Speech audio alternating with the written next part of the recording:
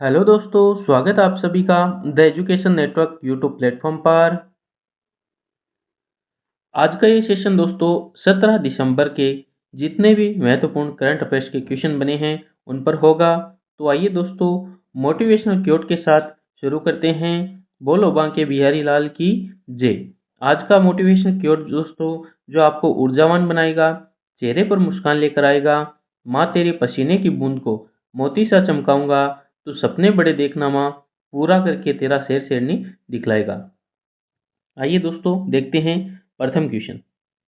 पहला क्वेश्चन है, हाल ही में जारी एशिया पावर इंडेक्स 2025 के अनुसार भारत का एशिया का कौन सा सबसे अ, भारत एशिया का कौन सा सबसे पावरफुल देश है?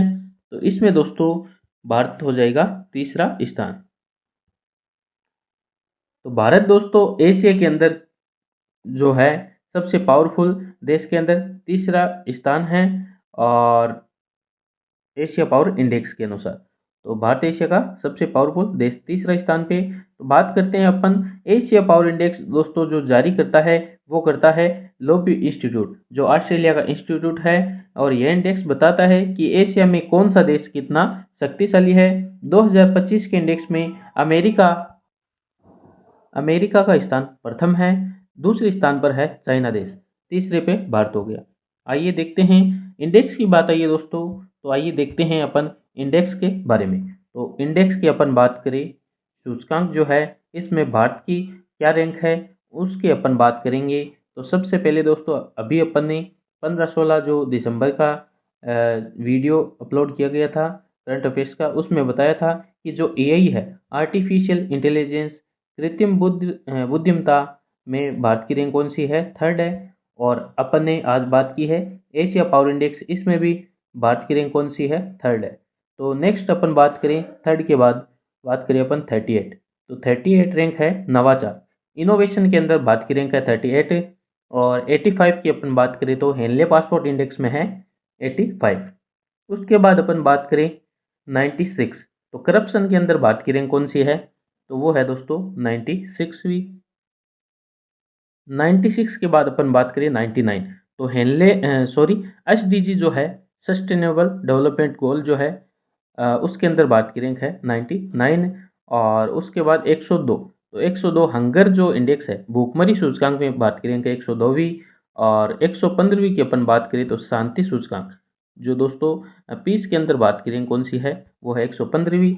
और उसके बाद बात करें अपन हैप्पीनेस इंडेक्स, तो हैप्पीनेस इंडेक्स में भारत की रैंक है 118वीं। और बात करें अपन ह्यूमन डेवलपमेंट इंडेक्स, तो 130वीं रैंक है अपनी।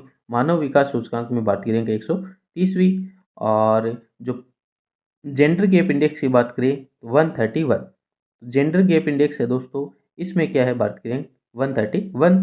और प्रेस फ्रीडम इंडेक्स, इसमें है भारत की रैंक 151। तो एक बार फिर से रिवीजन कर लेते हैं। सर्वप्रथम जो आर्टिफिशियल इंटेलिजेंस, कृत्रिम बुद्धिमत्ता और एशिया पावर के अंदर भारत की रैंक है थर्ड। और बात करें 38 नवाचार के अंदर 85 होगी हेनले पासपोर्ट इंडेक्स से। करप्शन के अंदर 96, एसडीजी के अंदर होगी 99, हंगर में 102, 115 शांति, 118 हैप्पीनेस, 130 होगी ह्यूमन डेवलपमेंट इंडेक्स, और 131 होगी जेंडर गैप इंडेक्स, और 151 होगी प्रेस फ्रीडम इंडेक्स, विश्व प्रेस स्वतंत्रता में 151। आइए देखते हैं नेक्स्ट। नेक्स्ट क्वेश्चन यहाँ पे है एक्सरसाइज का। तो संयुक्त जो एक्सरसाइज एकता 2025 का 25 भारत और किस देश के मध्य आयोजित हुई? तो ये दोस्तों एकता एक्सरसाइज भारत और मालदीव के मध्य एक्सरसाइज है। तो आइए देखते हैं व्याख्या के अंदर अपन बात करें तो संयुक्त एक्सरसाइज एकता 2025 भारत और मालदीव के बीच आयोजित हुई। और यह अभ्यास दोस्तों मालदीव में जो है आयोजित हुआ है। और इस अभ्यास का ये 8वां क्रम था। ये भी इम्पोर्टेंट है, आजकल क्रम पूछते हैं और आयोजन कहाँ हुआ है ये भी पूछते हैं। तो ये मालदीव देश के अंदर अभ्यास हुआ है और 8वें क्रम का था। भारत और मालदीव के बीच एक्विजोवरीन एक्सरसाइज है, एक्विजोवरीन नाम से एक्सरसाइज है वो भी होती है। आइए दोस्तों देखते हैं ऑप्शन में है नेपाल। तो नेपाल और भारत के मध्य जो संयुक्त एक्सरसाइज है उसका क्या नाम है? तो दोस्तों इसका नाम है सूर्य किरण। सूर्य किरण एक्सरसाइज है भारत और नेपाल के मध्य श्रीलंका के मध्य मित्र शक्ति, भारत और श्रीलंका के मध्य जो एक्सरसाइज है उसका नाम है मित्र शक्ति। सिंगापुर और भारत के मध्य है बोल्ड कुरुक्षेत्र। बोल्ड कुरुक्षेत्र ये भारत और भारत और सिंगापुर के मध्य और भारत मालदीव के बीच में अपन ने बात की है एकता और एक्यूरेंट। आइए देखते हैं नेक्स्ट। नेक्स्ट यहाँ पे है, हाल ही में चिली के नए राष्ट्रपति पद पर किसका निर्वाचन हुआ है? तो जोस एंटोनिया कास्ट दोस्तों इसका राइट आंसर हो जाएगा। तो जोस एंटोनिया कोस्ट ये दोस्तों चिली के नए राष्ट्रपति बने हैं और चिली की राजधानी की बात करें तो सेंटियागो है और ये नाइट्रेट के उत्पादन में विश्व में पहला स्थान रखती है, ये भी ध्यान में रखना है। आइए बात कर लेते हैं दोस्तों चिली की। तो चिली दोस्तों इस प्रकार जो साउथ अमेरिका है उसका मैप है इस प्रकार से और यहाँ पे है दोस्तों ये इस प्रकार यहाँ पे चिली देश यहाँ पर है। तो बात करें अपन चिली की, चिली में दोस्तों यहाँ पे दोस्तों जो मरुस्थल है जिसका नाम है फेमस मरुस्थल है आटाकामा मरुस्थल। तो आटाकामा मरुस्थल ये कहाँ पर है? तो आटाकामा मरुस्थल और एक का नाम है यहाँ पे एक मरुस्थल है जिसका उसका नाम है पेटागोमिया। पेटागोमिया और आटाकामा मरुस्थल ये कहाँ में है? तो ये दक्षिण अमेरिका में और यहाँ पे चिली यहाँ पे जो है देश है। चिली की कैपिटल की बात अपन ने की है सेंटियागो, कैपिटल का नाम है सेंटियागो। और बात करें अपन यहाँ पे चिली और जो अर्जेंटीना है, चिली और अर्जेंटीना के मध्य दोस्तों यहाँ पे है जिसका नाम है, तो यहाँ पे दोस्तों जो चिली और अर्जेंटीना है यहाँ पर दोस्तों एक है जिसका नाम है माउंट एकागुआ। माउंट जो पर्वत है जिसका नाम है माउंट एकागुआ, तो ये भी ध्यान में रखना है माउंट एकागुआ। और बात करें अपन ये है चिली और अर्जेंटीना यहाँ पर फैला हुआ है और इसकी जो हाईएस्ट पीक है जो सबसे ऊंची चोटी है जिसका नाम है दोस्तों एंडीज। एंडीज पर्वत की एंडीज पर्वत है दोस्तों। एंडीज पर्वत की सबसे जो हाईएस्ट पीक है माउंट एकागुआ है, तो ये भी आपको ध्यान में रखना है। अर्जेंटीना की बात करें, अर्जेंटीना की कैपिटल है Buenos Aires. Buenos Aires Argentina की कैपिटल है। बात करें अपन यहाँ पे साउथ अमेरिका और इधर ऊपर है उत्तरी अमेरिका, तो यहाँ पे दोस्तों जो नहर इनको जोड़ती है जिसका नाम है पनामा नहर। तो पनामा नहर भारत और उत्तरी अमेरिका और दक्षिण अमेरिका को जोड़ती है। उत्तरी अमेरिका और जो दक्षिण अमेरिका को कौन सी डिग्री अलग करती है ये आपको कमेंट बॉक्स में बताना है। तो बात करें अपन यहाँ पे दोस्तों एक वाटरफॉल है जिसका नाम है एंजिल वाटरफॉल, ये भी ध्यान में रखना है। वेनेजुएला, वेनेजुएला में यहाँ पे है एक वाटरफॉल जिसका नाम है वेनेजुएला। तो अपन ने बात की है चिली की क्योंकि चिली के अभी नए राष्ट्रपति बने हैं जिनका क्या नाम है एंटोनिया कास्ट, जोस एंटोनिया कास्ट, ध्यान में रखना है। आइए देखते हैं नेक्स्ट।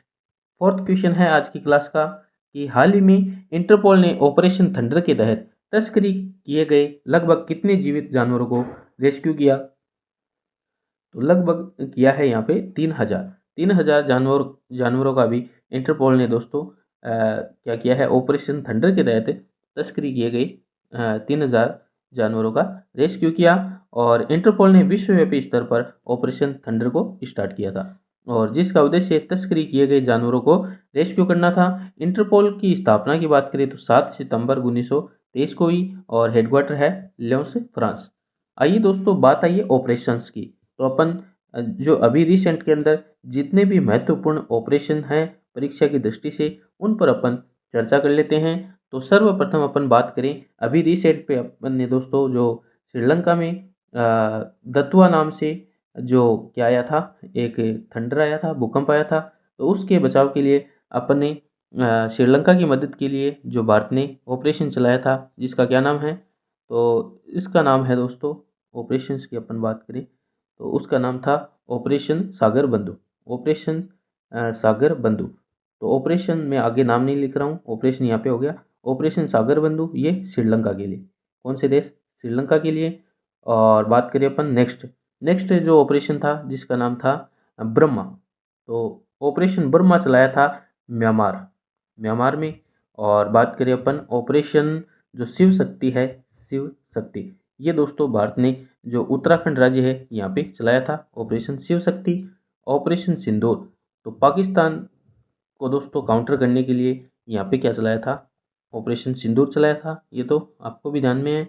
और नेक्स्ट अपन बात करें ऑपरेशन सिंधु, ये भी दोस्तों भारत ने जो ईरान के अंदर दोस्तों जो भारतीयों का रेस्क्यू के लिए क्या चलाया था, ऑपरेशन सिंधु चलाया था। और अभी दोस्तों इजराइल ने ईरान पर हमला किया है। किसने? इजराइल ने। तो इजराइल ने दोस्तों एक ऑपरेशन चलाया था जिसका नाम था spider web. Spider spider spider web. तो ये किसने चलाया था? इजराइल ने चलाया था ईरान पर हमला करने के लिए। तो ये दोस्तों कुछ ऑपरेशन थे महत्वपूर्ण जिस पर अपन ने चर्चा की है।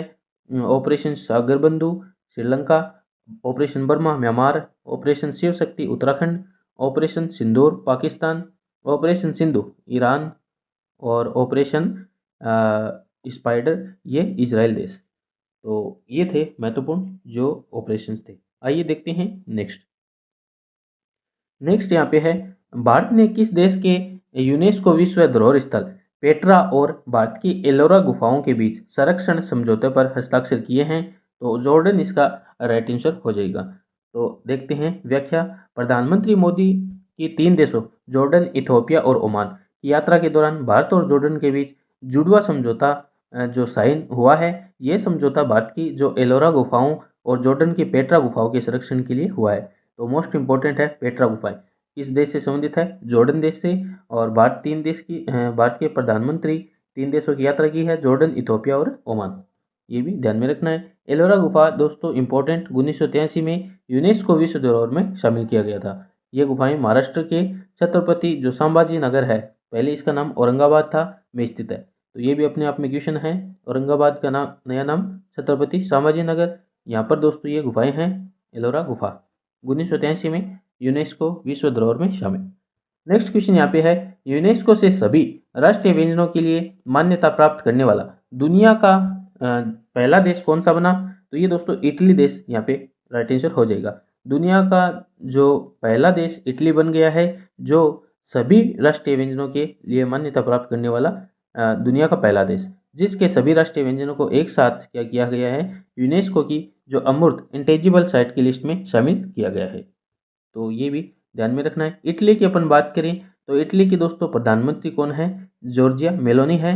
कैपिटल की बात करें तो रोम है और टाइबर नदी के किनारे है।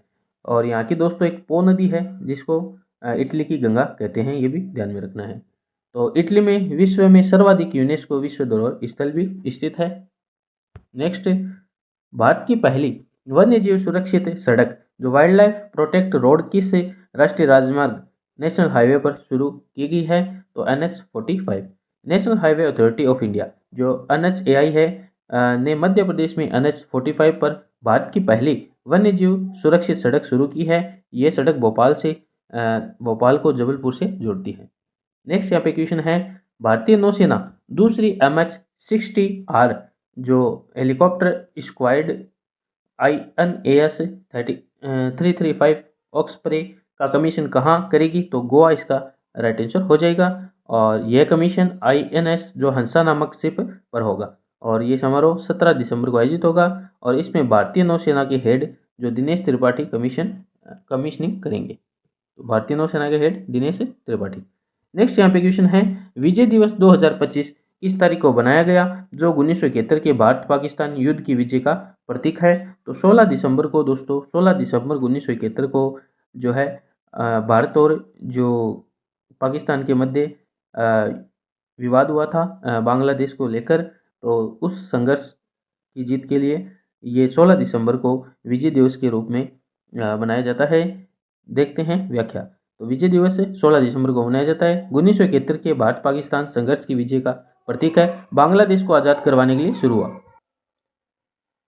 16 दिसंबर 1971 को पाकिस्तान की सेना ने भारत के सामने घुटने टेक दिए थे, सरेंडर कर दिया था। और 2025 में दोस्तों ये 54वें क्रम का विजय दिवस है। 16 दिसंबर ध्यान में रखना है। हस्तशिल्प कारीगरों को मजबूत बनाने के लिए राष्ट्रव्यापी चौपाल कार्यक्रम कौन सा? जो चौपाल कार्यक्रम है, चौपाल कार्यक्रम किस मंत्रालय ने लॉन्च किया है? तो कपड़ा मंत्रालय इसका राइट आंसर हो जाएगा। चौपाल कार्यक्रम लॉन्च किया।